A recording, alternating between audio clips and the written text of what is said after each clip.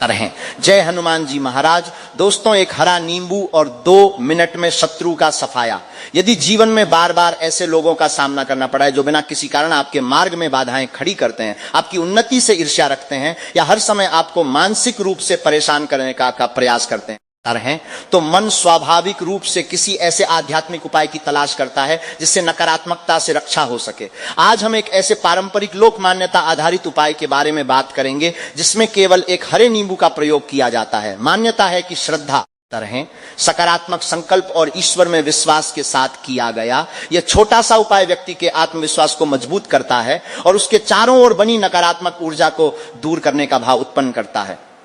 यह उपाय किसी को हानि पहुंचाने के लिए नहीं बल्कि स्वयं की सुरक्षा, तरह, मानसिक शांति और ईश्वर से संरक्षण की प्रार्थना के रूप में किया जाता है। कई लोग ऐसा अनुभव करते हैं कि उनके कार्य बिना कारण रुकने लगते हैं, व्यापार में लगातार बाधाएं आती हैं, संपत्ति को लेकर विवाद बढ़ जाते हैं या कुछ लोग हर समय उनके तरह विरुद्ध षड्यंत्र रचने की कोशिश करते हैं। कभी हाइफन, कभी सामने वाला व्यक्ति स्पष्ट दिखाई देता है, लेकिन कई बार ऐसा भी होता है कि विरोध करने वाला कौन है यह समझ ही नहीं आता। ऐसे छिपे हुए विरोधियों को लोक परंपराओं में गुप्त शत्रु कहा जाता है।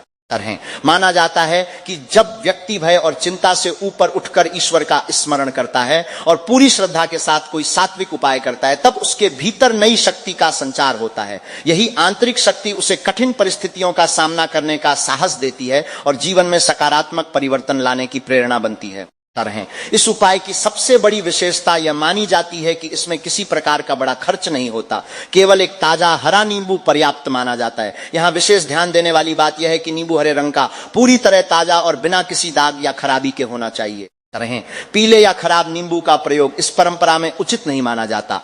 साथ ही एक काले रंग का पेन, मार्कर या स्केच पेन भी अपने पास रखें। इसके बाद घर में ऐसी शांत जगह चुनें जहां कुछ समय तक कोई व्यवधान ना हो, तरह, और आप पूरी एकाग्रता के साथ अपने इष्ट देव का स्मरण करते हुए यह प्रक्रिया कर सके। यही एकाग्रता और श्रद्धा इस उपाय का सबसे महत्वपूर्ण आधार मानी जाती है। अब आगे की प्रक्रिया को ध्यान से समझिए। सबसे पहले अपने मन को शांत करें और अपने इष्ट देव श्री हनुमान जी तथा भगवान की कृपा का स्मरण करें। तरह इसके बाद हरे नींबू को अपने दोनों हाथों में कुछ क्षण के लिए पकड़े और मन ही मन यह संकल्प ले कि आपके जीवन में जो भी नकारात्मकता, भय, बाधाएं या शत्रुता का भाव है वह ईश्वर की कृपा से समाप्त हो और आपके जीवन में सुख, शांति तथा सुरक्षा बनी रहे। तरह लोक परंपरा के अनुसार इसके बाद काले रंग के पेन से नींबू पर उस व्यक्ति का नाम लिखा जाता है जिससे आपको कष्ट या विरोध का अनुभव हो रहा हो। तरह यदि किसी विशेष व्यक्ति का नाम ज्ञात न हो और केवल यह महसूस होता हो कि कोई गुप्त रूप से बाधाएं उत्पन्न कर रहा है, तो केवल शत्रु शब्द लिखने की परंपरा भी कई स्थानों पर बताई जाती है। तरह मान्यता है कि ऐसा करने से व्यक्ति अपने मन के भय को ईश्वर के चरणों में समर्पित कर देता है और स्वयं को नकारात्मक चिंताओं से मुक्त करने का संकल्प लेता है। तरह जब नाम या शत्रु शब्द लिख दिया जाए तब उस नींबू को एक साफ काले कपड़े के बीच रखें और धीरे धीरे उसकी छोटी सी पोटली बना लें। पोटली बांधते समय मन को भटकने न दें।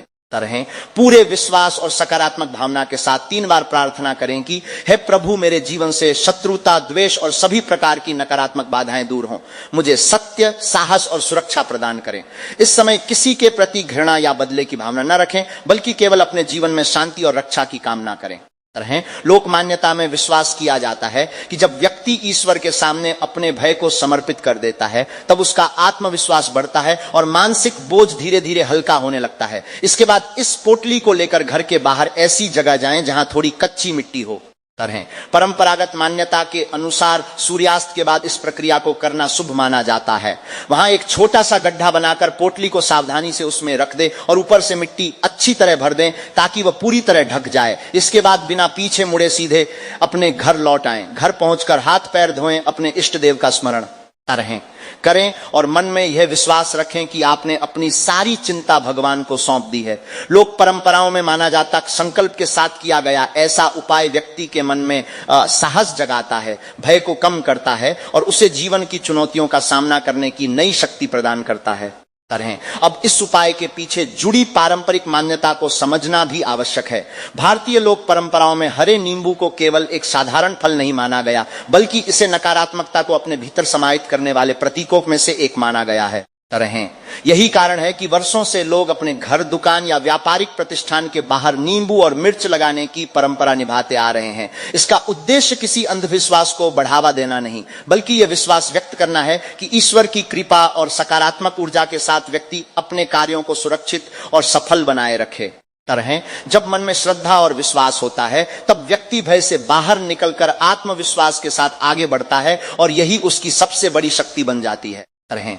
यदि आपको ऐसा लगता है कि आपके कार्य बार बार बिना किसी स्पष्ट कारण के बिगड़ रहे हैं, व्यापार में लगातार रुकावटें आ रही हैं, परिवार में अनावश्यक तनाव बढ़ रहा है या हर प्रयास के बाद भी सफलता हाथ नहीं लग रही, तो सबसे पहले अपने कर्म, व्यवहार और निर्णयों की समीक्षा अवश्य करें। रहें। साथ ही नियमित रूप से भगवान का स्मरण, प्रार्थना, सात्विक जीवन शैली और सकारात्मक सोच को अपनाएं। लोक मान्यताओं में बताए गए ऐसे उपायों को केवल आध्यात्मिक प्रेरणा और मानसिक संबल के रूप में देखा जाना चाहिए। रहें।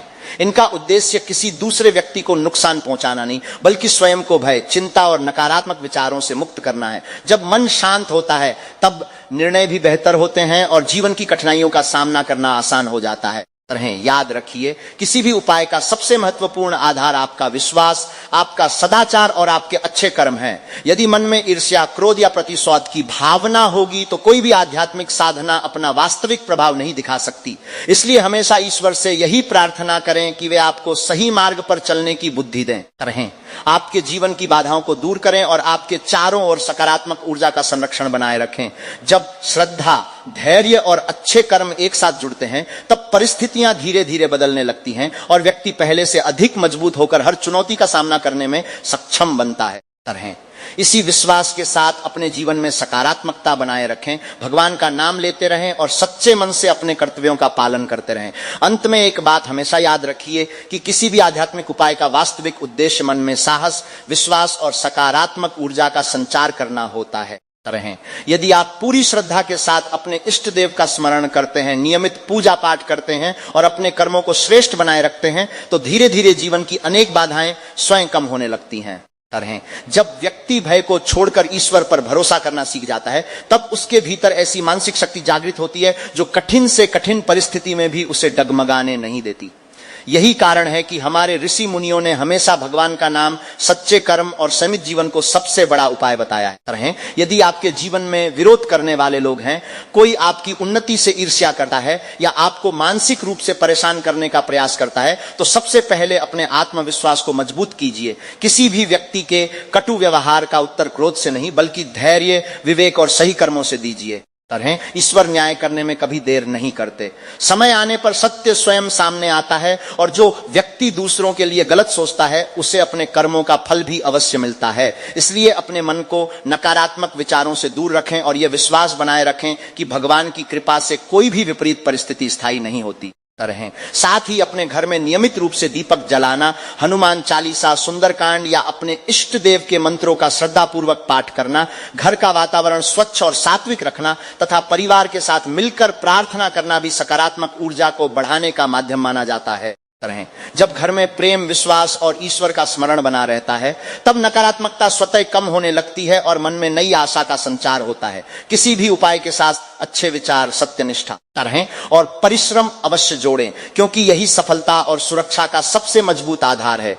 दोस्तों, एक अंतिम बात अवश्य समझिए कि किसी भी पारंपरिक उपाय की सफलता केवल उसकी प्रक्रिया में नहीं, बल्कि आपके विश्वास, आपके धैर्य और आपके कर्मों में छिपी होती है। रहें। यदि मन में हर समय भय, क्रोध, बदले की भावना या नकारात्मक विचार भरे रहेंगे, तो जीवन में शांति का अनुभव करना कठिन हो जाएगा। इसलिए जब भी आप कोई आध्यात्मिक उपाय करें, तो उसे केवल ईश्वर के प्रति समर्पण और अपने जीवन की रक्षा तथा सकारात्मकता की कामना के भाव से करें। रहें। यही भावना व्यक्ति को भीतर से मजबूत बनाती है और कठिन परिस्थितियों में भी उसे टूटने नहीं देती।